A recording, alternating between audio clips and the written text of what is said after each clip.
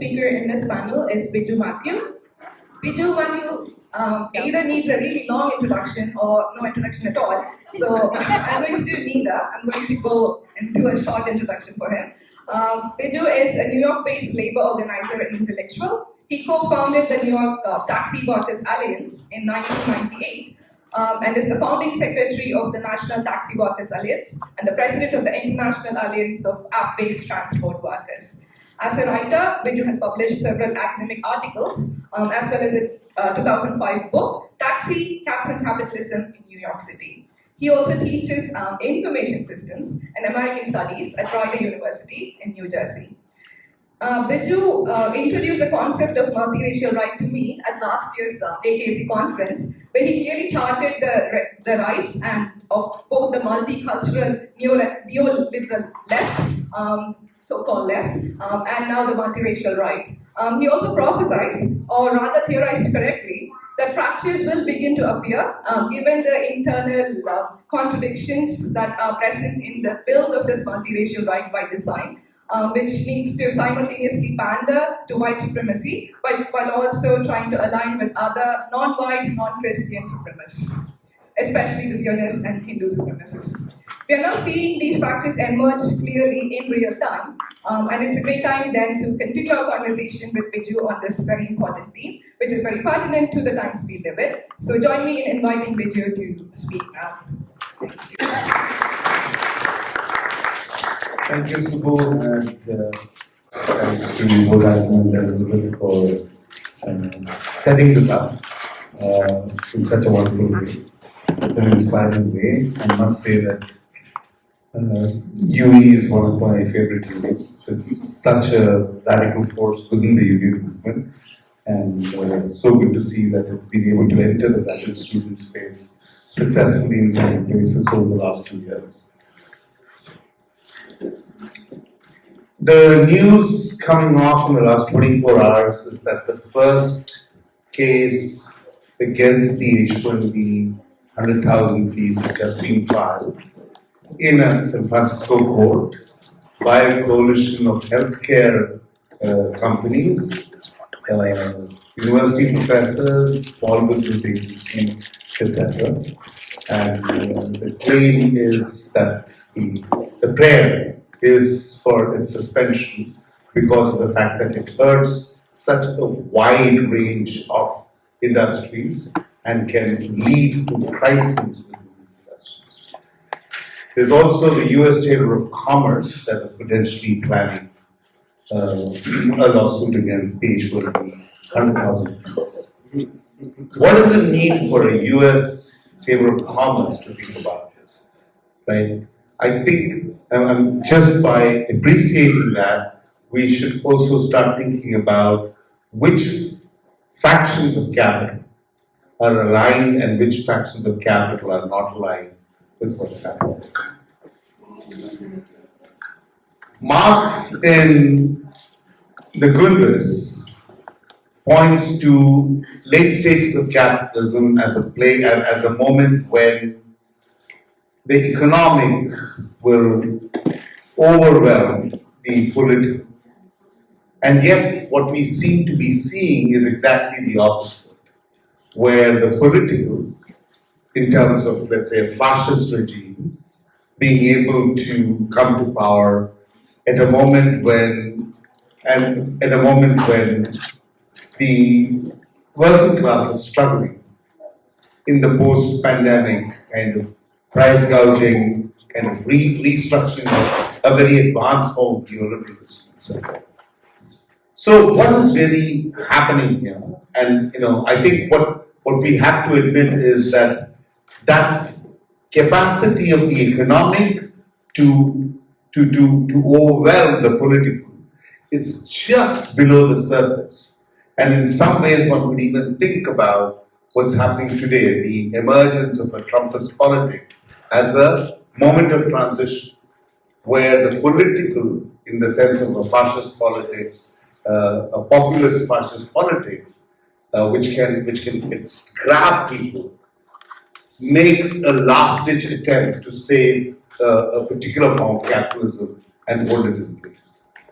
We are faced with two of the largest contradictions that exist, that have structured the last 2 decades, is of course neoliberalism and the extreme gap in wealth within the United States. And the second is of course the much slower moving, but nevertheless advancing and the crisis of climate change. These two contradictions will get resolved in the next 3 or 4 decades. The question is, in what direction will it get? Contradictions exist, and what are contradictions? Contradictions are, one might want to imagine it in many different ways. One might want to imagine it as, let's say, under the Earth's surface, you have the tectonic plates grinding up against each other. We sit in a very stable Earth, on a very stable Earth. But under that stability is tectonic plates, for instance, just grinding up and just held in place because of the sheer tension with which they are pushing against each other. And then there's a slight movement and an earthquake happens, a cataclysmic movement. That's how contradictions resolve. Contradictions resolve through a rapid period of changes, of tumult, of chaos, of all of that. That's the very, if you really think about the idea of a contradiction held within the idea of historical materialism and dialectics, that's the nature of how it gets resolved. So what we are seeing is that economic that underlies, and the climate change issue is an economic and a very material issue, right? Along with the neoliberal divisions that have been produced. These two contradictions have to resolve themselves. We are in the process of resolving them. We are in the process, we have entered that process maybe even 15, 20 years. We are in that period of 40, 50 years when we will resolve this. The only question is in what direction we resolve it. Whether we'll be able to create a more just world out of such a moment of resolution, or whether we will yield to the forces of fascism and chaos. Having said that, I must say that, like the previous two speakers, I do want to identify a whole bunch of lesser contradictions that is within the base of the MAGA movement itself. I don't know whether people remember that last year's Democratic National Convention and all the calisthenics that the Democratic Party had to pull off to just finish that convention and nominate Harris as the presidential candidate. They had to ban Palestinian activists from speaking. They had to call in security forces. They had to do so much. There was an entire revolt that was happening there in Chicago. If you take what's happened in that moment with Charlie Kirk's murder, what's happening is a corresponding population within the conservative movement. The young folks are moving. Charlie Kirk was moving on the Israel question with his base. And that base is continuing to question. And Trump and the oligarchs and the masters of neoliberalism are trying to hold that contradiction in place. That younger population is demanding a more material set of resolutions. It comes with, they may be buying into certain forms of cultural logic of, anti-immigrant, etc. But literally, if I was to be a predicting person, I would actually predict that we're going to see some humongous ruptures at the level of the youth within the Republican base. That is bound to happen. That's what Charlie Kirk's murder really is all about. It is to kind of overwhelm that youth base back into order. That's essentially what is being tried. Now, at another level, at an entirely different level, one can think about the H-1B crisis and the attack on immigrants. What's happening there? What's happening there is that Trump has a whole bunch of signaling mechanisms and quote-unquote policy positions that is aimed at keeping his base aligned with the fascist moves of his government. It may be tariffs to signal an anti-China posture, etc., etc. A whole bunch of things around, not paying for Europe, all of those. Basically, the whole geopolitical or the foreign policy, the international order, and the claim that we are going to take control of it all. That's one part of, what some people have called isolationist, but it's not isolationist. It's seeking a new imperialist position, which is based on a much more simpler kind of logic of immediate profit. That's what the new imperialist formulation that Trump is trying to articulate is. So he has tariffs, he has immigration, he has the anti-woke rhetoric that's meant to go after a certain population. So there are a whole bunch of such triggers, rhetorical moves that are made that are connected to certain policy formulations. Of these, unfortunately, immigration, in just the last 8 months, it's become clear that immigration is seemingly the one category that consistently gives good dividends back to Trump. It's easy to beat up on immigrants. It fits into the logic of white supremacy properly. And so and even the kind of alignments that were beginning to happen, that is the colored rights of various kinds, the Hindu supremacists, for instance, and their slow movement towards Trump can still potentially be managed by creating what Prachi referred to earlier, the good immigrant, the bad immigrant structure, etc., etc. So the immigrant part of that's part of immigration or immigrants are a particular category that seemingly of all the different possible minor contradictions that Trump can outline is the one that seemingly gives the maximum returns to Trump. But it also fits in with other things that have been tried. Right? For instance, we had that brief moment till a whole bunch of ideologues took over all the government departments. Right? That Doge came in and wiped out the whole middle layer of government in the United States. What was that about?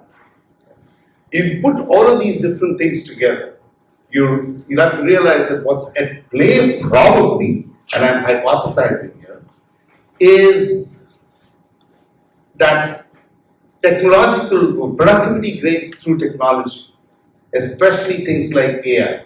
I mean, you must realize that we went through the whole blockchain, Bitcoin, all of that, Web 2.0 and 3.0 claims of gains in productivity in 2023, 2024, and gained absolutely nothing.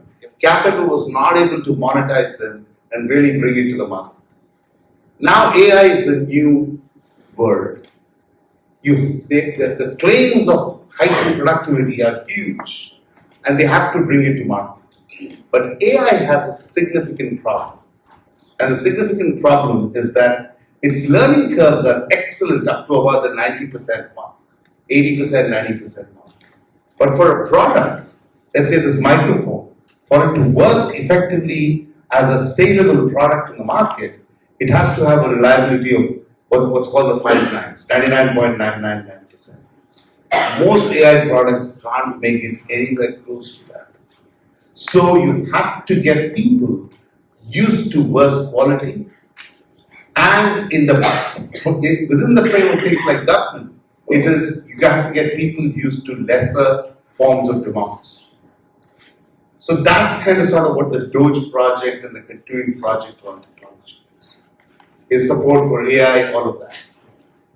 You take all that, and then the attack on immigration begins to make a new balance.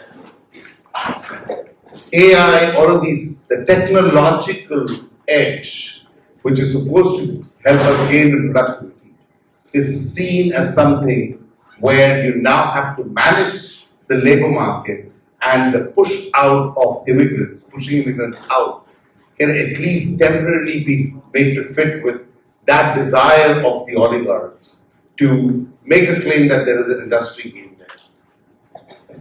So there are all sorts of such machinizations that are ongoing. The question is very simply that these fractures exist within the right, and as I said, you have to think about the fact that the materially, those who are hurting the most, and that can be spotted even in terms of support for Trump. I mean, we have to face up to the fact that the Democrats, right, were just not able to deliver even at the economic level. They of course supported, structured, and made the possibility of a genocide and advanced the genocide, the Democrats, the Biden administration. But they were not able to answer even the material questions, right? And so in that context, you saw the shift. I mean, the statistic that most caught me was that in Trump's base, that is those who voted for him, one of the most important numbers was among Indian Americans, for instance, 40% of the swing. A huge part of the swing was sub 40 Indian American men moving towards Trump. That's an economic pressure manifesting itself, along with certain cultural, masculinity issues, etc., etc. So here is the bottom line. The bottom line is that we have to think through what are the contradictions that exist within the Trumpist rhetoric and the formulation. It's a coalition that's been brought into place that is constantly fragmenting and fracturing. And within that, the youth are probably the most important. Because that base is the one that's really mobilized. On both sides. I mean, the Zionists are over, if not for the money, right? Because the support for the Zionist cause within the United States has collapsed. But the humongous levels of money that the Zionist movement controls is the only one that's keeping going. The entire base has shifted out. The younger base has shifted out. So the politics of the next 20 years is going to be determined by that base. And I think if we can keep a focus on that, I think we'll end up in a very different place in about, it's a 20-year fight at the minimum. It's not an election cycle to election cycle fight. So we'll have to pay attention to that. There has to be a strategy even at the election cycle to election cycle. I mean, for instance, what many of us are part of in the election cycle to election cycle fight is what we are calling the Zoran strategy, right? That is primary out, 100% democratic seat. That is, it's got a history of being a democratic seat, won't go anywhere. You primary out a corporate Democrat, a right-leaning, screwed-up Democrat, through a left candidate at the primary level. So you have a lot of such things happening across. And even within the Indian American community, those who are positioned pro-Hindutva, right? People like Raja Krishnamurti, etc., are people that we have to, or Sri Tharidhar in Detroit, we'll have to left primary them out and knock them out. So there's a whole electoral level strategy that goes cycle by cycle, but I think the broader strategy has to be a 2 or 3 decade frame in terms of how do you move those who are within the 15 to 30 category right now into a new politics that is anti-capitalist and liberatory. We cannot set, the climate change contradiction especially has all the possibilities of settling for a capitalist resolution also. Right? You can just make it a new commodity. But how do you avoid that? How do you move past that? And I think for an audience like this, and I'm going to finish in about two minutes, for an audience like this, when we think about Hindu supremacy and its relation to MAGA, then continuously pushing that button and moving the question of caste and pushing back against Hindu phobia, moving the question of caste into the center of the debate, and of the supremacist debate. I mean, we're going to have consistently a lot of debates around this. idea of where supremacy is coming from. It's a moment for caste to be re-understood properly within the United States and spaces like that because of the relevance of battles against supremacy. And so that could be another strategic area of investment. I'll stop here. Thanks.